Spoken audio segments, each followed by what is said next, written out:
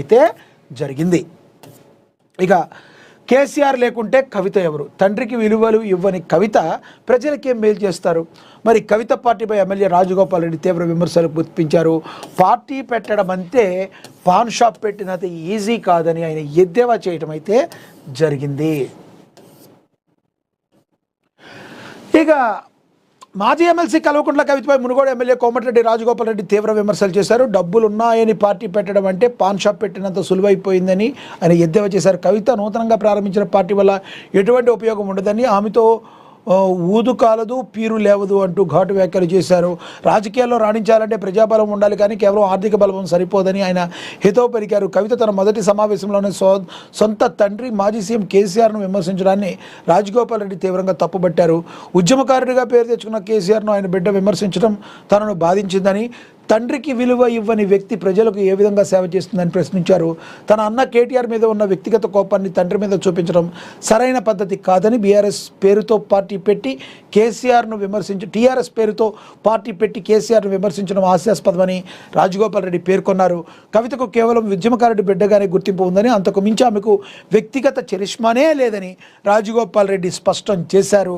ఆమె పార్టీ పెట్టడం పక్కన పెడితే రాబోయే ఎన్నికల్లో పోటీ చేస్తే కనీసం డిపాజిట్లు కూడా రాదని ఆయన జోస్యం చెప్పారు. అలాగే ఢిల్లీ మధ్య కుంభకోణం కేసు ప్రస్తావిస్తూ ఆ కేసులో ఆమెకు ఇంకా క్లీన్ చిట్ రాలేదని, చట్టం తన పని తాను చేసుకుపోతుందని మరి ఆయన గుర్తు చేశారు. ఇక మంత్రి పదవి ఇస్తే న్యాయం చేస్తాం. మంత్రి పదవిపై ప్రస్తావించిన రాజగోపాల్ రెడ్డి పార్టీ అధిష్టానం తనకు ముందే హామీ ఇచ్చిందని పునరుద్ఘాటించారు.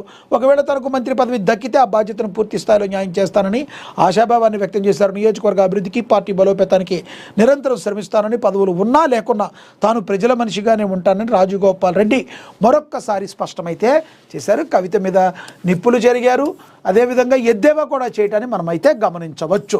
ఇక అదేవిధంగా చూసుకుంటే, నేను మంత్రి పదవి అడగలేదు, మా నేతలకు నామినేటెడ్ పోస్టులు ఇస్తారని ఆశిస్తున్నానని ప్రొఫెసర్ కోదండరామ్ అయితే చెప్పారు.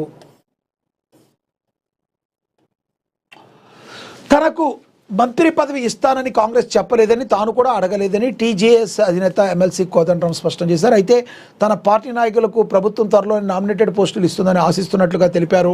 ప్రభుత్వంలో భాగస్వామ్యం ఉండాలని కోరుకున్నట్లు ఆయన బహిరంగంగా చెప్పారు. కేసీఆర్ హయాంలో ప్రజలు మరియు నాయకులు ఒక రకమైన భయం నీడలో బతికారని ఆయన ఆరోపించారు. ఫోన్ ట్యాపింగ్ వంటి అంశాలను పరోక్షంగా ప్రస్తావిస్తూ ఇంట్లో ఫోన్ పెట్టి జాగ్రత్తగా రమ్మనే పరిస్థితి ఉండేదని వ్యాఖ్యానించారు. కేసీఆర్ ప్రజల్లో నుంచి దూరమయ్యారని, అందుకే ఇప్పుడు మళ్ళీ ప్రజల్లోకి వచ్చే ప్రయత్నం చేస్తున్నారని ప్రొఫెసర్ కోదండరామ్ ఎద్దేవా చేశారు.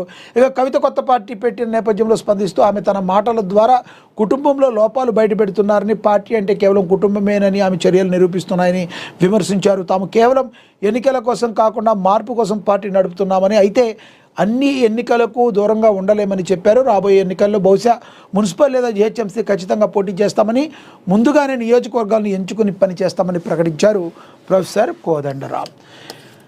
ఇక అదేవిధంగా చూసుకుంటే, తెలంగాణలో చమురు కొరత లేదు, రికార్డు స్థాయిలో పెట్రోల్ సరఫరా, సోషల్ మీడియా పుకార్లను నమ్మవద్దని మరి కేంద్ర మంత్రి కిషన్ రెడ్డి తెలియజేశారు.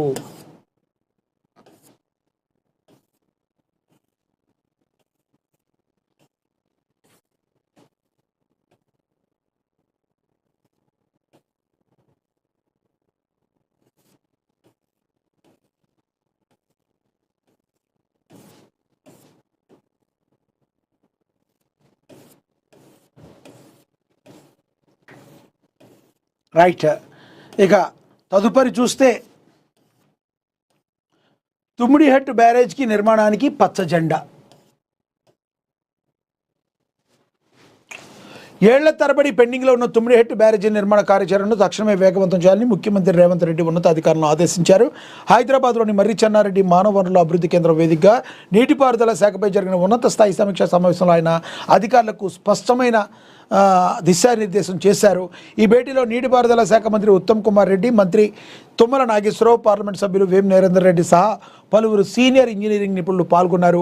బ్యారేజీ ఎత్తు ఎంత ఉంచాలో, ఏ స్థాయిలో నిర్మిస్తే గరిష్ట జలాలను వాడుకునే అవకాశం ఉంటుందో అంశంపై అధికారులు పక్కా గణాంకాలతో కూడిన సమగ్ర సాంకేతిక ప్రదర్శనను ముఖ్యమంత్రి ముందు ఉంచారు. ప్రాణహిత చేవెళ్ల ప్రాజెక్టు కోసం రాష్ట్ర ప్రభుత్వం గతంలోనే దాదాపుగా 11,000 కోట్ల రూపాయల మేర భారీగా ప్రజాధనాన్ని వెచ్చించిందని, 71.5 కిలోమీటర్ల మేర కాలువల నిర్మాణం పనులు కూడా ఇప్పటికే పూర్తయినట్లుగా అధికారులు ఈ సమావేశంలో గుర్తించడం జరిగింది. మరి తుమ్మిడిహట్టి బ్యారేజీకి నిర్మాణానికి పచ్చ జెండా ఊపినట్లుగా దీన్ని బట్టి మనకి తెలుస్తుంది. ఇక అదేవిధంగా చూసుకుంటే 10 ఫలితాల్లో వికసించిన పల్లెసిరి ములుగు జిల్లాకు అగ్రస్థానం, వెనుకబడిన భాగ్యనగరం 96.26% ఉత్తీర్ణతో సరికొత్త రికార్డు సృష్టించారు బాలికలు. 588 మార్కులతో రాష్ట్ర స్థాయిలో సత్తా చాటిన ప్రతిభామూర్తులు 100% ఫలితాలతో ఆదర్శంగా నిలిచారు.